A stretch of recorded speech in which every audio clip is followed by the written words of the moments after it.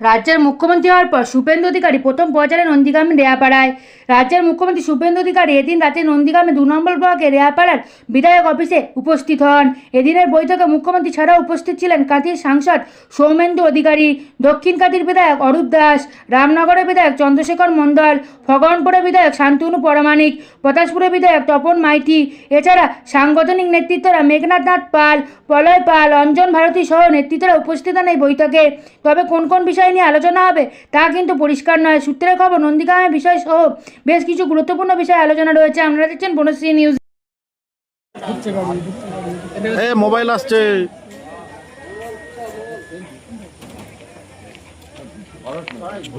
ঢুকছে হ্যাঁ।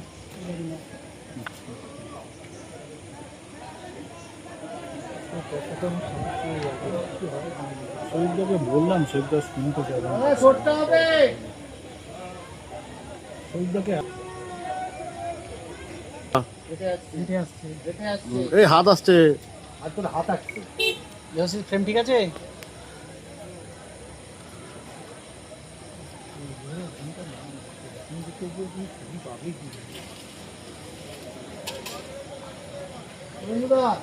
দাদা বাড়ি চলে যান, গুড নাইট।